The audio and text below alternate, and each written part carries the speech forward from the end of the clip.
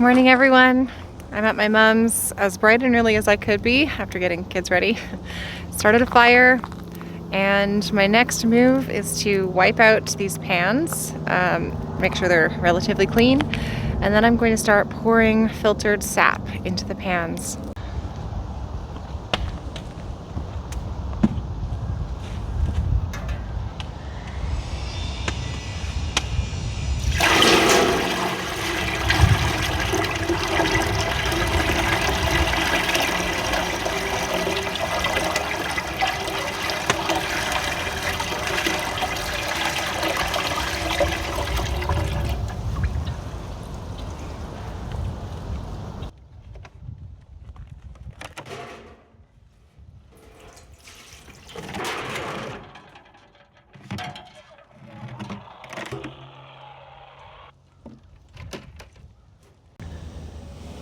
My eyeballs are burning so much.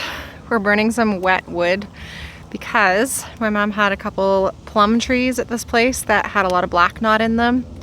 And so we had the black knot cut out. Actually, the whole plum trees came out because it was so infested with this fungus. And the best way to really get rid of black knot spores is to burn them. And so we stored the plum wood in a shed, that green shed over there, over winter. And it's only been sitting for about 6 months, so it's still on the wet side. But we have to burn this black knot anyway before the spores awaken for the spring. Might as well use the wood in here. It's just a really smoky burn so far. And it's really hurting my eyes. You can see they're really red. We're at the stage in the boil right now where we're just trying to get things to come up to heat. So we've got a fire going. It's a pretty big fire in there, and we're just hoping that it's gonna come through this strange cement top and boil our sap, which is in there. This is new to us. The previous owners, or the owners before the previous owners of this property, built this thing. Apparently they used it as a barbecue, so we should be able to boil sap on it if that's the case. It's just taking a really long time for things to heat up. So, you know, first time trying something new. We'll learn a lot of lessons along the way. What I've always done in the suburbs where I can't have open fires is use a turkey fryer, just a portable burner on propane, and boil my sap that way. It's just really not cost effective when you have a ton of sap to get through, because then you end up going through multiple tanks of propane, and it's very expensive maple syrup. So if we have to burn this diseased wood anyway, we've got lots of buckets of sap that we're working with. We might as well give this a shot. And we've kind of been itching to test out this interesting barbecue contraption. Also, I'm drinking coffee at my mom's, and this mug has a picture of a horse on it.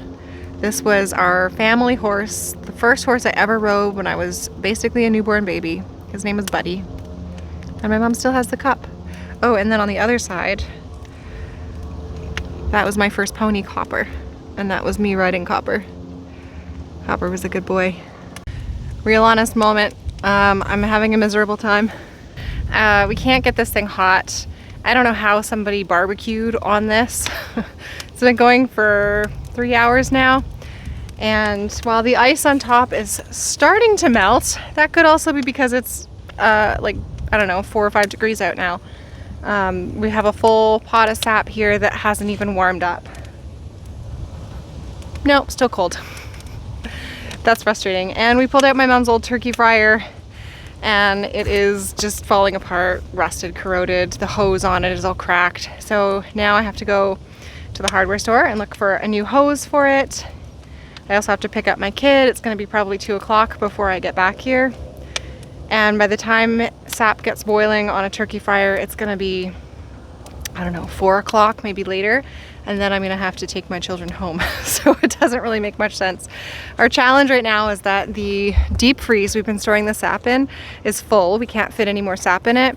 And the trees are still running. And my stubborn mom does not want to pull the taps and just let it go. She wants to keep collecting sap. But, you know, plus side, I'm clearing out a bunch of the diseased wood that was in this old barn. This is a little old barn. It's kind of a creepy space. Got this huge pile that I didn't get around to chopping up last fall because I was exhausted and cold. This pile I did cut up. So right now I'm just trying to get rid of all this in the fire, even if it's not getting things hot. There's some interesting writing on the door. We've actually never had this door open. I don't know if that's German or Dutch. My mom would know. My family's Dutch, but honestly, they all look the same to me.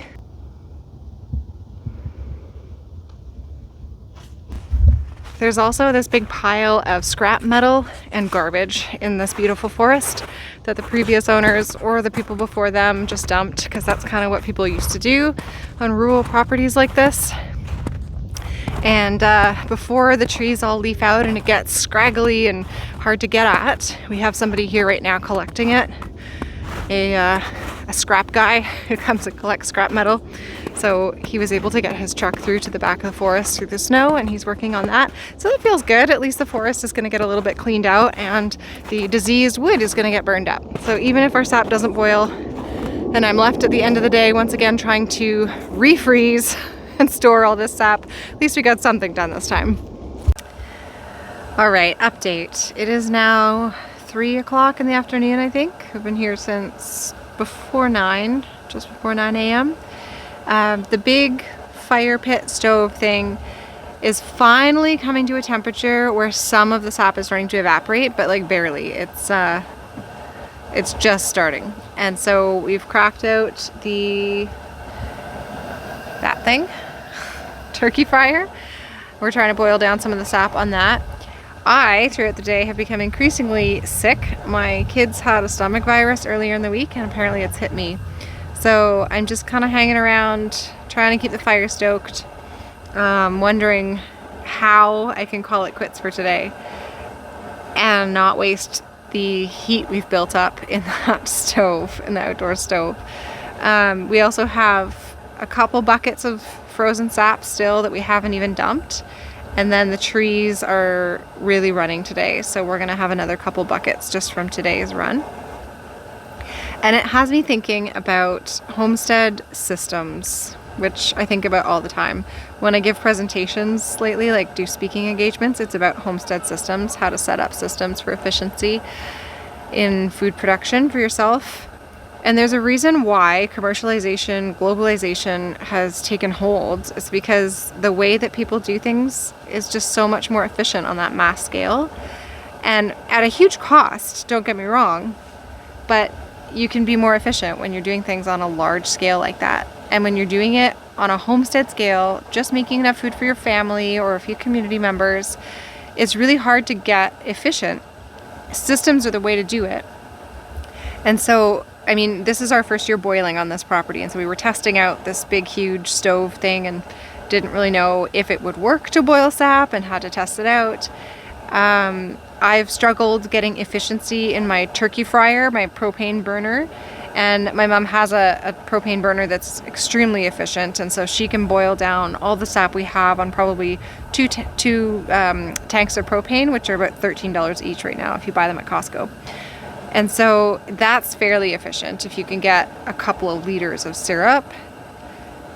But if, you know, we're burning through the wood quickly, the wood that came from this property last year. And so at, you know, the point where you have to start buying wood and spending days and days burning that wood to get a couple of liters of syrup that, you know, I know it's expensive now, like what is it, probably 20 bucks a liter or something. It's like, this is just not, it's not efficient enough to be worth it. Now, of course, there's so much more to growing food for yourself, making food for yourself, than just like financial efficiency. There's the fact that that food comes from your own land. There's something special about that. Being connected with where the food comes from is really important. And often nutritional value is greater when it's homegrown food. Home boiled sap, I'm not sure if you could make a case for that, but it's also just the ritual. It's being outside on a beautiful spring day. There's a lot more that goes into it. But efficiency is still important to some extent, especially if you're not a retired person and you have a busy life. And I think a lot of people watching this are in that state right now where you either have little kids or you have a full-time career and you're busy. You need to think about efficiencies. And so in the food growing sphere, I feel like we've really capitalized on a lot of efficiencies. You know, we water our garden with the flick of a switch. We mulch so it never needs to be watered, really. We have zero weeding to do because of our raised beds and deep mulch methods, like literally zero weeding. It's really efficient. And the food that comes out of it with our high intensity planting means we get a ton of food from a small space. It's great. The sugaring, the making the maple syrup, we have some work to do. Especially, you know, this is our first year having a lot more sap to deal with, and we need an evaporator. There's these stoves, essentially, that are designed for high efficiency burning in like a barrel or a tank, and you put the pans of sap right on top of them. Like you can cut out notches so that the flames lick the bottom of the pans, and then things burn. The wood burns efficiently and the sap heats efficiently and quickly, and then it evaporates quickly and efficiently. So we were looking into getting one of those, but then the other thing is we're not felling trees on this property to make firewood. We felled trees because we were clearing out disease, so we had the wood, but we're not going to have wood to do that next year. And so to bring in wood to burn after purchasing an evaporator, like you're just adding up all these costs for a few liters of syrup at the end of the day. So we just have a lot of thinking to do on how we want to create this system for Homestead sugaring on this new scale. At the end of the day, it might not matter. You know, when I'm not sick, I might feel like this is totally worth it, just spending the day outside with the kids. Doesn't matter how long it takes to get a single pan to a boil. It may just be because I'm feeling crappy right now that I'm thinking this way. But regardless, we are boiling. We're doing what we can. We're going to get through this sap this year one way or another. And we have the turkey fryer on that's just bubbling away. It's so efficient. So, you know, maybe we just end up finishing all the sap on that as soon as we run out of wood, I guess. My mom's pretty hell-bent on getting rid of all of that diseased wood. So we're going to keep on fueling the fire. But we're a pretty sad pair right now because she just had a hip replacement surgery and I apparently have a stomach virus. So we're proving our self-determination and fierce independence right now by trying to push through it. Anyway, I will catch you on the flip side when I have something more to tell you about how this boil is going. It may be tomorrow.